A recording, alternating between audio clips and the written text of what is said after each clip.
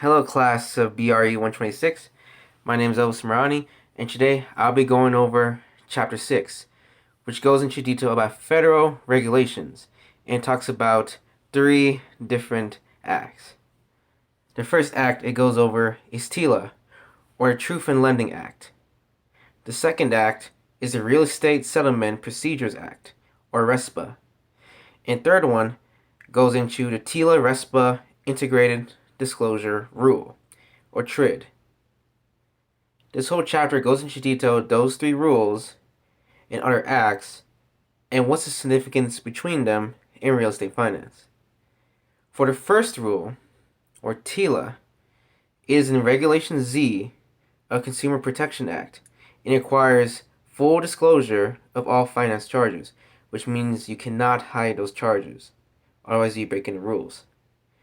The one who administers those rules is the Consumer Financial Protection Bureau. It now regulates and controls all consumer loans. And the goal of this act is to provide procedures for loan consumers or the customers and see which loan will be in the best interest for them. The way that they do this is by using the annual percentage rate. This rate helps the consumers make educated comparisons between various credit scores based on this rate, thus helping them pick out which loan is the best for them. The APR is a standardized definition and includes interest, points, and origination fees, all tallied up in a single percentage. What's really good about this is that by simply comparing the APR, or the annual percentage rate, they can make these successful comparisons. That's one neat thing about this act. And personally, it does help people like me and my father, but you know. But another benefit of the TILA Act, or Truth in Lending Act, is that it gives borrowers a 3-day right of rescission, where basically they can change their mind after their loan has been recorded, of course within a 3 days notice. This is basically like a bailout, like when you basically pick a loan and you're just like, oh, I don't want this no more. It's not in my best interest. It's a really good option and thing to keep in mind. And it's all thanks to the Truth in Lending Act. However, if you're making a purchase money loan, this rule does not apply, which means it has no right to rescission, which means once you pick up that loan, this purchase money loan, you won't be able to rescind it or change your mind, which means you're stuck with it. So please be careful when doing purchase money loans. You cannot change your mind on a loan. Once it's done, it's done.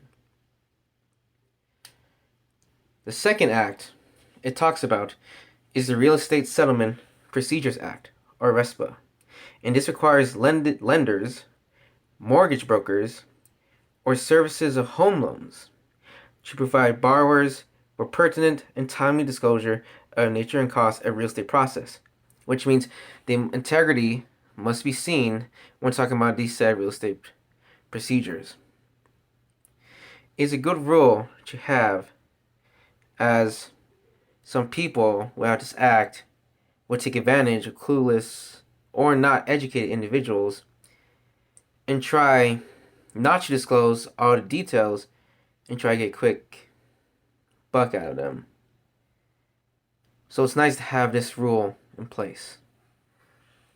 It also forbids kickback or the use of required title companies and limits the amount of funds to be deposited to escrow accounts, which means that it puts a limit on these said companies and their control. So with the TILA Act and the RESPA Act, it not only helps consumers find the best loan for them, provide them a way to change their mind about said loans, as long as it's not purchase money loans, it also requires these lenders to be honest about the real estate procedures and provide timely disclosure, and accuracy, which is good. But also, it's also under protection of the Dodd-Frank, Wall Street Reform, and Consumer Protection Act, which basically allows the CFPB, or Consumer Financial Protection Bureau, to have these rules administered under them, under their protection, which is a nice bonus. And this makes a creditor responsible for most financial disclosures, which means that they have to disclose it. They cannot withhold information from you, otherwise they'll be breaking the Act's rules and in serious financial trouble. So it's a good thing to keep in mind. And the last one is the TRID, or basically the TILA-RESPA Integrated Disclosure Rule. Now, one thing to know is that this rule actually does not apply to home equity loans of credit, reverse mortgages, or loans secured by a mobile home. So, if you're trying to apply this rule under one of these properties, such as a mobile home, it will not count. But this act basically combines the original four forms of the other two acts in this process and make it into the loan estimate and the lending disclosure, which the loan estimate is a combination of the good faith and truth in lending disclosure, which means you must provide that loan estimate and make sure it's accurate. And second form confines the HUD-1 and final truth into the loan disclosure. Sorry, the lending disclosure. And must make sure that you disclose the critical info about lending. So it's good to know that in advance. However, the initial loan estimate must be sent to the borrower within 3 business days when applying for a loan. Otherwise, the transaction will not go through.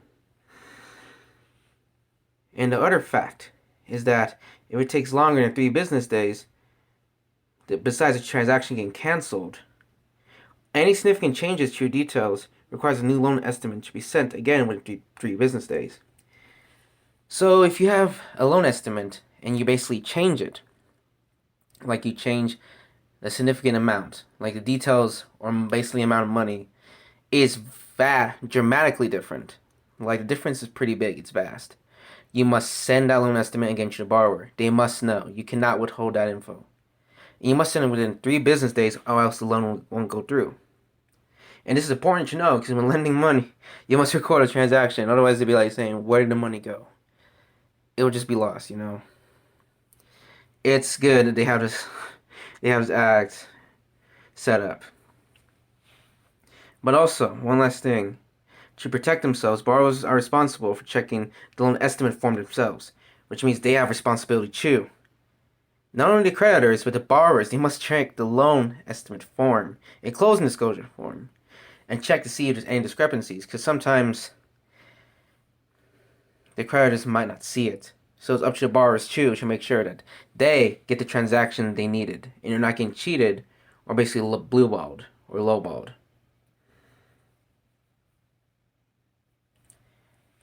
And that's what this chapter goes over about.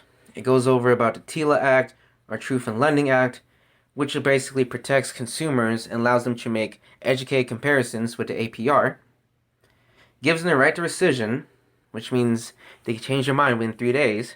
That was the first point, the TILA Act. The second point was the RESPA Act, or the Real Estate Settlement Procedures Act. And this act pretty much requires creditors to basically timely disclose the real estate process to the borrowers in the transaction. It prevents kickbacks of these loan companies. That's the second point, the RESPA Act. And the third act is the TRID Act, which combines the TILA and RESPA into integrated disclosure rule. And basically requires an initial loan estimate should be sent to the borrower within 3 business days, or if there's any changes, send it again within 3 business days, otherwise the loan will be canceled. And also combines the previous four forms into loan estimate and loan or lending disclosure. And it's important for the borrower, besides the creditor, to basically provide timely disclosure. It's also important for disclosure for the creditor, but also the borrower, to check the loan estimate form and the closing disclosure form. Both sides have to make sure and check for any discrepancies or any changes and make sure it's accurate. And that's pretty much what Chapter 6 is all about. Chapter 6 goes into details these federal regulations when dealing with mortgage, lending, mortgage loans, and it tells not only what the creditors have to do, but also what the borrowers can do. And it was a really helpful chapter, and I learned a lot. That's Chapter 6. Thank you, class of BRE 126. Thank you.